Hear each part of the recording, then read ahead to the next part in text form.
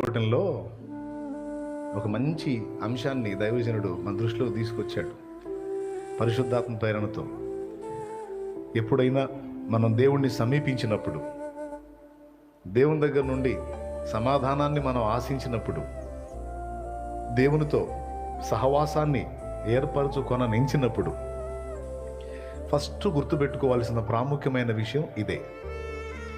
దేవుని ముందుకు ఏమన్నాడు? నేను రాజులాగా పోతానని. దేవుని ముందుకు నేను రాజులాగా పోతాను అన్నాడు. రాజులాగా పోవటం అంటే ఏంటో తెలుసా? తల ఎత్తుకొని పోతాను నేను దేవుని ముందుకు, ఎందుకంటే నేనే తప్పు చేయలేదు అని.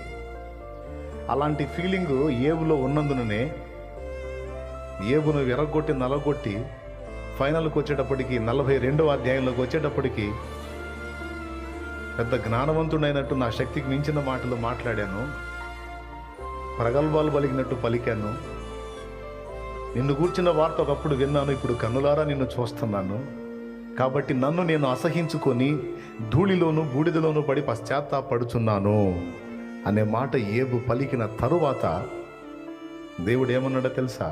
ఏబు, యుక్తమైన మాట ఇప్పుడు పలికావు అన్నాడు.